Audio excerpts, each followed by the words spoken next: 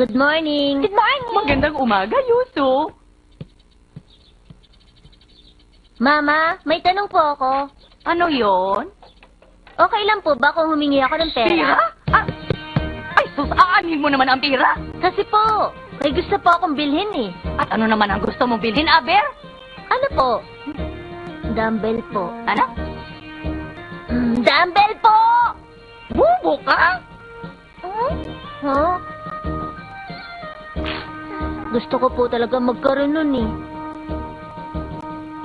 Ano ba kasi yung dumbbell? Ginagamit po yun para magpalaki ng muscle. Ha? Sandali lang po. Bakit gusto mo bumili ng dumbbell? Basta, wala ka na doon. Ganito po yun. Ayan.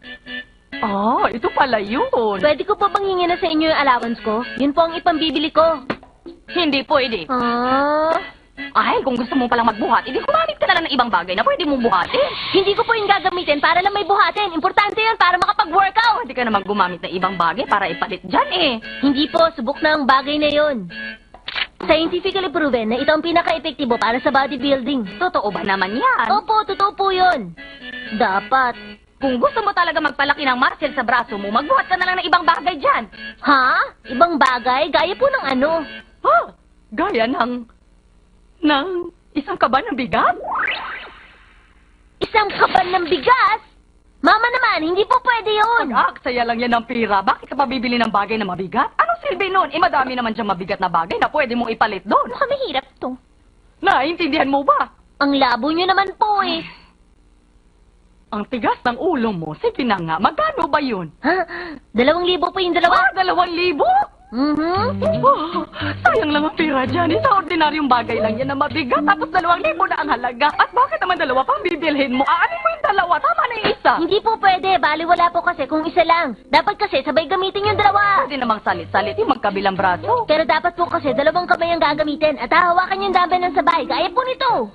At ano namang gagawin mo pagkatapos mo palakihin ang mga muscle mo sa braso? Gusto mo bang maging wrestler? Kaya ka ba napapabili niya? Bakit ko naman po gugustuhin yun? Kung ganun, para saan pat gusto mo magpalaki ng muscle? Ang dahilan po. Gusto ko po kasing... Kita mo na, dahil hindi ka makasagot, hindi na natin kailangang bilhin yung gusto mo. Kalimutan mo na lang yan. Huwag mo na lang ipagpilitan. Mukhang mahirap ipaliwanag kay Mama kung bakit ginagamit ang dumbbells.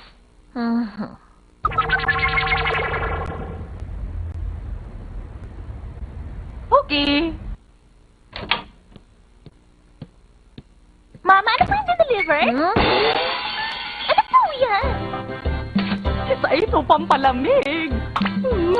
May lagnat po ba kayo? Wala akong lagnat, no? Nakita ko lang to sa online shop. Mukhang maganda, kaya ayun, umorder ako. Dahil lang mukhang maganda. Namimiss ko tuloy yung dati kong buhay dahil sa kulay nitong asul. Naalala ko kalangitan na nakikita ko sa probinsya. Tingnan nyo, oh, hindi na kailangan ng pantali para hindi ito mahulog. Ang galing, diba? Whatever. Buti na lang nakabili ako nito. Napakadaling gamitin ng mga ganito sa panahon ngayon na talagang may pagmamalaki kong mga ito, oh. Pero Mama, magagamit din po ba namin yan kung kailangan na? Hindi po kasi kami nakakagamit yan dati. Siguro, magagamit din to kung may magkakalagnat sa atin. Okay lang siya. Wala naman kahit dito sa atin ang nilalagnat ngayon eh. Kaya baka hindi na natin magamit ito. Yun naman pala eh. Bakit niyo pa binili yan? Gusto nyo bang magkaroon tayo ng lagnat para magamit natin iyan? Oh. Pag ako sinasabihan niya masasayang lang ang pera sa mga gusto kong bilhin. Pero siya naman bumili ng gamit na hindi mapapakinabangan. Ha?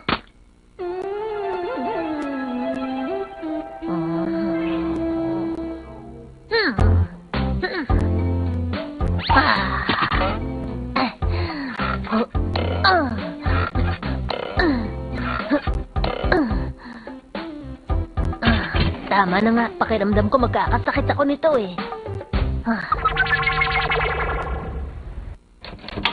Andito na po ako. Ano pang ginagawa niyo? Sinusubukan ni Mama na gumawa ng noodles. Ayos! Yung sunod na step naman. Parang biglaan naman yun. Dahil yan doon. Ano yan? Bumili siya ng video para matuto siyang gawin yan. The Home Chef, Professional Noodle Making. Wala naman sa atin na mahilig sa cold noodles, ah. Yun na nga eh. Mama, bakit po kayo bumili ng ganitong video? Wala lang. Mukha kasing maganda. Yun lang ang dahilan. Kahit na hindi naman to importante. Masarap naman po kaya ang noodles na yan?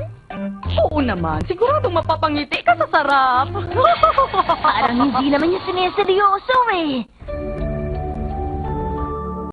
Ito, kaon na. Si Mama ang gumawa sa noodles na yan.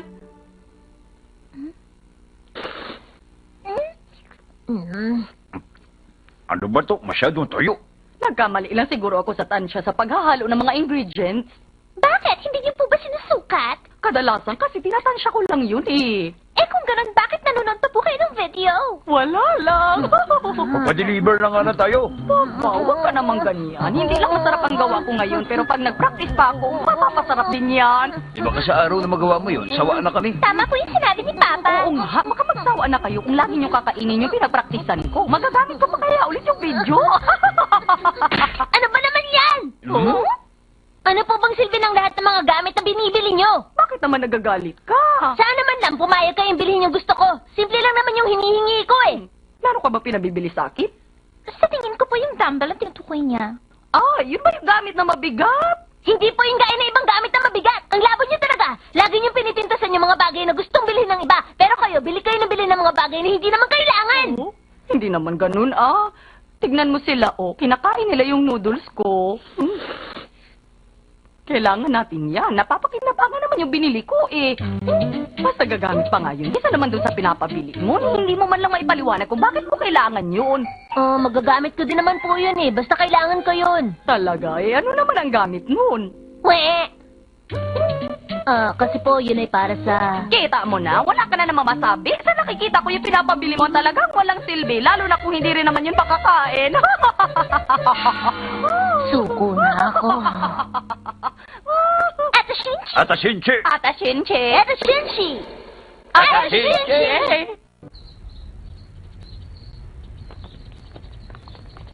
Good morning. Hello, good morning. Shimi, nagawa mo ba yung assignment natin sa math? Oo, pero nangangalahati pa lang ako. Pakopya naman ako, please. Kahit kalahati pa lang. Okay.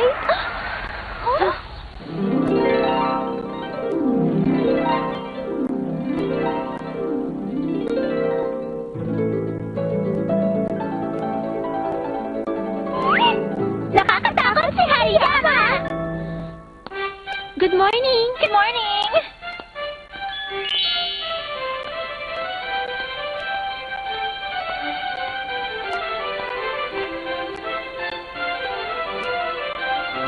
Si Hariyama ang pinakamagandang babae sa klase.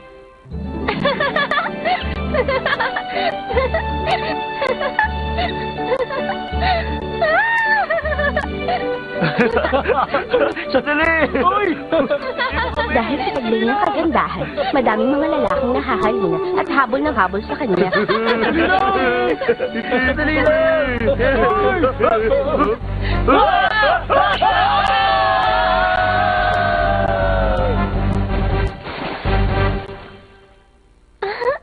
Huh?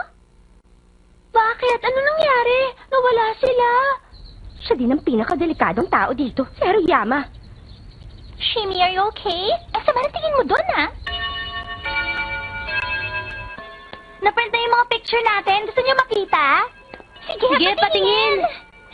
Wow! Wow, ang lino ng pagkakakuha dito. Nakapalit pala ako dito. Ha? Patingin? Eto, anong ginagawa mo dito? Hindi ko masyadong gusto yan. Oh my gosh. Bakit sobrang laki na mukha ko dito? Patingin nga. Oo nga, mukhang dumable yung size sa mukha ni Mika. Nakakatawa. Nakakatawa yan. Ganon? Camera trick lang yan. Sabi ko sa'yo, pwede ka maging komedyante. May potential ka. Ano yan? Hariyama, gusto mong makita yung pictures natin? Talaga? Yun na ba yun? Wow, ang linaw ng mga kuha. Ang gaganda niyong lahat dito. Mukhang ang saya-saya niyo. Ay, teka, si Mikan ba to? Grabe yung itsura ko, so funny. Sa laki na mukha ko sa picture na yan, para na akong octopus na mamaga. Nakakatawa ka naman. Hindi naman eh. Tingin ko hindi nakakatawa. Hindi na siguro ready mag-pose si Mika nung kinunan maganda yun kung nakangiti siya. Oh, really?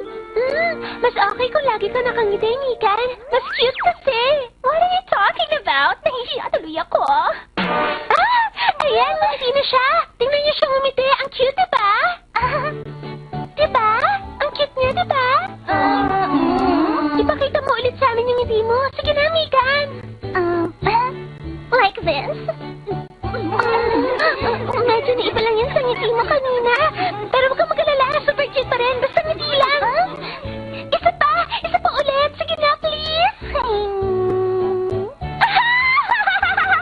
Ang cute! Ang cute! Isa pa! Gusto ko ulit makita. Okay na. Tama na yun. Sige na. Isa lang. Ang cute-cute kasi.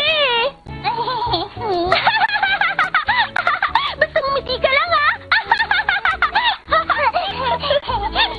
Hindi ko mapigilan. Ang cute niya talaga. Parang pinagtitripan niya lang si Mikan. Delikado ang taong ito. Kailangan talagang mag-ingat sa kanya. Ay, sumakit na tuloy yung cheeks ko sa kangingiti. Tinatrato ka ni Hariyama na parang isang laruan. Sabi ko kasi sa'yo mag-ingat ka sa kanya. Kinakawawa ka tuloy. But what can I do? Mikan, ang mga inosenteng gaya mo ay madaling mahuhulog sa mga patibong ni Hariyama. Kaya huwag kang magtitiwala sa kanya. Patibong ni Hariyama? Sorry, I don't get it.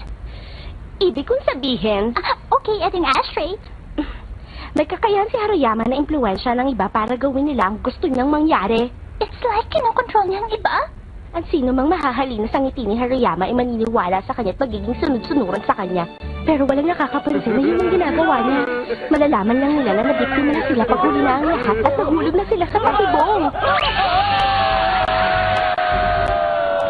You know what, I think parang wala namang bad intention si Hariyama. Yun na nga ang problema eh. Dahil mahinhin siya at mukhang mabait, hindi mo siya matatanggihan. Yun ang dahilan kung bakit nasabi kong delikado siya. Huh? Si Hariyama, oh? Mikan, ikaw pala. What's wrong, Hariyama? Bakit nakatayo ka lang dyan? Tumingin kayo doon. Huh? Hinihintay niya kasi ako eh. What? Hinihintay ka niya? Oo, kanina pa siya dyan. Classmate ko siya nung high school. Oh, really? May gusto ba siya sa'yo, Hariyama? Hindi ko alam eh. Napipilitan lang akong kausapin siya saglit pero aalis din ako agad. Naiilang talaga ako sa kanya eh. Gosh, nakakailang talaga yan. Lagi ba niyang ginagawa yan? Siguro crush na crush ka niya. Kung hindi ako dadaan dito, hindi ako makakapunta sa bus stop. Pakiusap, samahan mo naman ako doon. Andiyan ka na pala. Mga kaibigan mo ba sila? Hello, kumusta kayo? Hello, we're okay.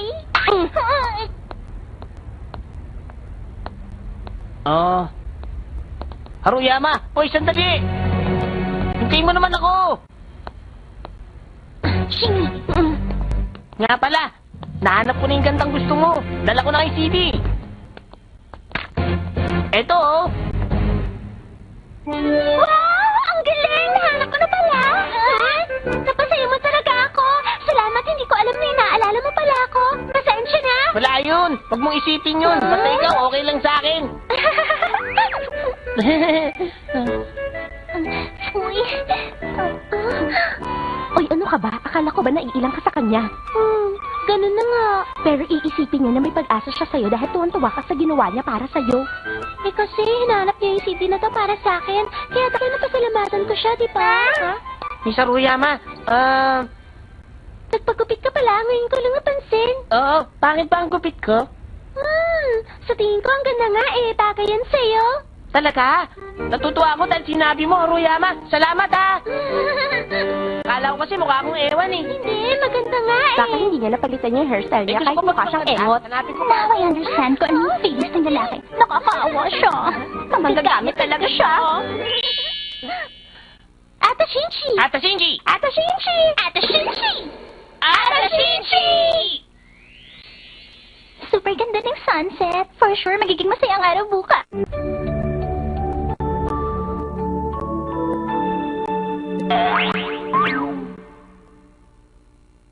Naman eh! Hindi ka lang ang dinner natin! Wala ba kayong budget? Kung ayaw mo na nakahain sa harap mo, edi huwag mo kainin!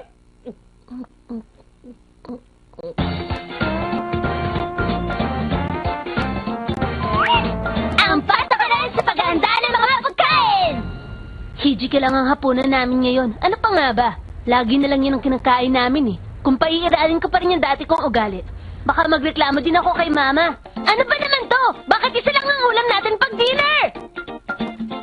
Kapag hindi ako nakatiis, talaga maglalabas ako ng dilata para yun na lang ang kakainin ko. Ano ka ba naman, Yozo? Nagluto pa naman ako ng dinner, yun na lang. Pero hindi ako makakakain kung yun ang poong meron! Pero kailan lang, meron ako nadiskubre na isang importanteng bagay. Walang mangyayari kung makikipagtalo ko kay Mama. Dahil sa bahay namin, isang bagay lang hindi magbabago sa patakaran pagdating sa paghahanda ng mga pagkain. Ngayon ang ika-22 araw. 3 days na lang. Stir-fried konjac at chikuwa. Di bale, sanay na ako. Kakain na po ako! Oh, sige, kumain ka lang. Oh my gosh, Ma! Bakit ito lang ang dinner natin? Ang dami mo namang reklamo. Kumain ka na lang. Niluto ko yan na maigi kaya masarap at malasa yan. Tama ba, Papa? Kita mo na, hindi na makapagsalita ang Papa sa sarap ng kaon niya.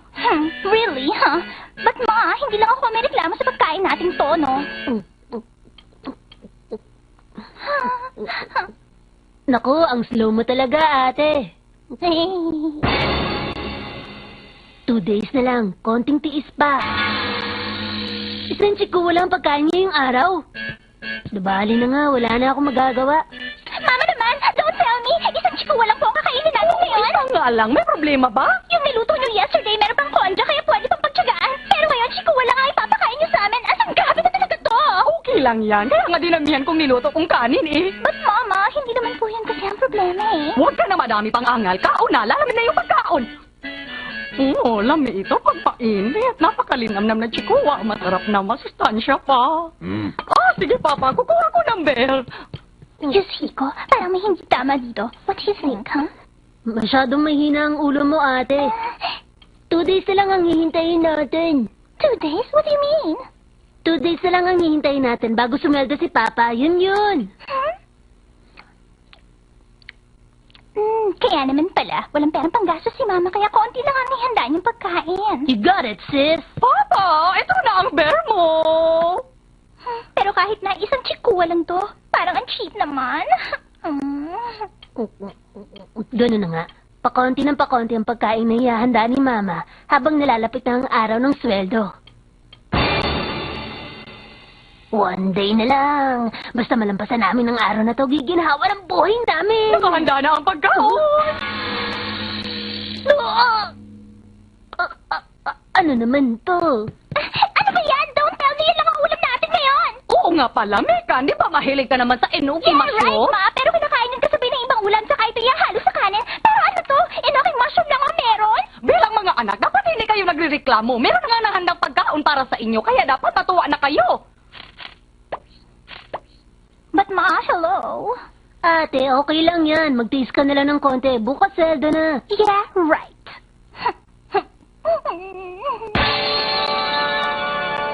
Ang saya-saya! Ngayon ang araw ng sweldo! Katso ang hapunan! Hindi ako nabigo! Nangyaring inaasahan ko! Wow, unbelievable ang sarap ng food! Galante si Mama pag may key para maging galante. Masarap ba, Papa? Titikman ko pa lang. Hi. Yeah, practical nga yun. Basta pag nakasweldo na si Papa, nakakakain tayo ng masarap na tonkatsu.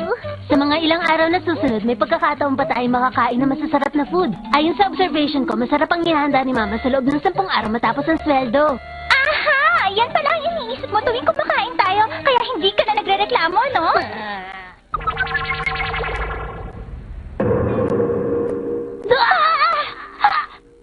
Ano to? Tinapay lang ang dinner natin. Yung Zuhiko, bakit ang layo nito sa sinabi mo? Lagot! X-day pa lang ngayong araw! What? X-day? X-day ang Ano yun? araw na hindi kakain sa Papa dito sa bahay. Pag ganun hindi na pinagplaplanuhan ni Mamang niluluto niya, wala na tayong magagawa. Kailangan natin magtiis. Oh my gosh! Ganyan talaga kaya huwag ka nang umasa. Nagkakaroon ng X-day dahil sa mga hindi inaasahang pangyayari gaya nito. May problema ba? Bakit nakasimangot kayong dalawa? Bread lang kasi ang dinner namin. namin. Mama, ano ba bang dahilan kung bakit ganito ang itsura namin ngayon? Ano ba yung pinagsasasabi niyo dyan? Nagabihin na sa pag-uwi ang papa niyo, kaya hindi na ako nagpakahirap na magluto ng bungga. Hayaan niyo naman ako mag-relax kahit minsan. See, sabi ko na sa'yo eh, XD ngayon. Yeah, you're right. Andito na po ako.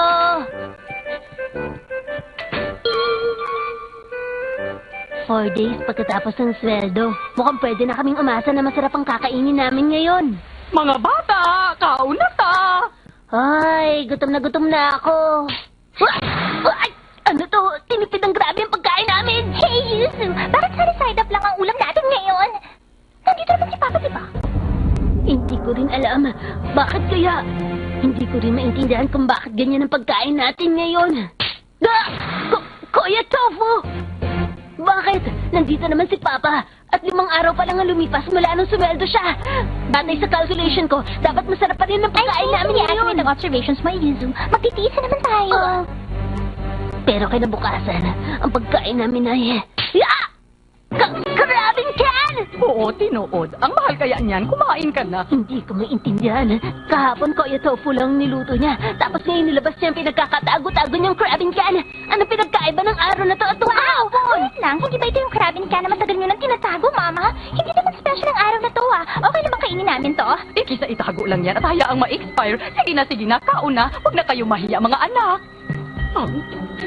Ano kaya nangyari at parang nag-ibang ihip ng hangin ngayon? Bakit ganon? May nagbago na ba sa patakaran sa paghahanda ng mga pagkain? Bakit ganon ang ngiti ni Papa? Sige, maliligo na muna ako. Papa, bakit po kayo tumawa kanina? May ibig sabihin po ba yon? Ano po ba yon? Sabihin niyo na po! Kakasweldo ko lang, diba? Pero kahit ganun, tinitipid na po agad ni Mama yung pagkain natin. Tapos ngayon naman, bigla niyang nilabas yung crabbing can. Hindi naman po special ang araw na to.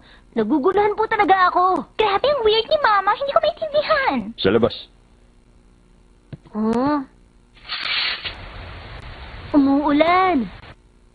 Nakaka-apekto rin ang lagay ng panahon sa pagluluto niyo. Alam ko na. Ayaw kasi ni Mama kapag umuulan. At kapag ganon, hindi siya lumalabas para mamalengke. Oh, yun pala. Talaga naman, no? Pag hindi pa tumigil ang ulan bukas, hindi ako makakapamalingki. Wala naman ang laman ng refrigerator. Atashinchi! Atashinchi! Atashinchi! Atashinchi! Atashinchi!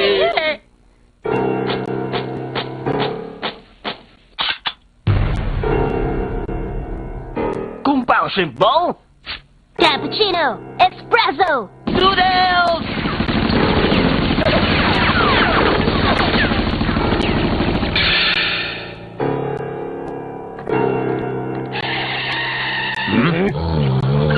Pork with green pepper!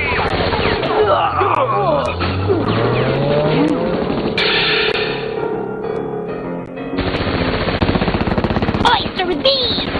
Italian style ice cream!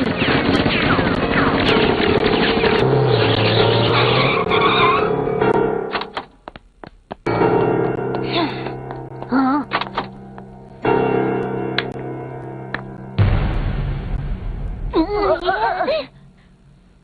Ano ba kalukuhan na pinagagagawa niyo dyan? Di ba sinabi ko sa inyo na huwag kayo mag-aaway? Dapat lahat kayo ay nagmamahalan. Dapat mapayapa ang mundo. Walang kabutihang na idudulot ang pag-aaway, kaya itigil niyo na yan.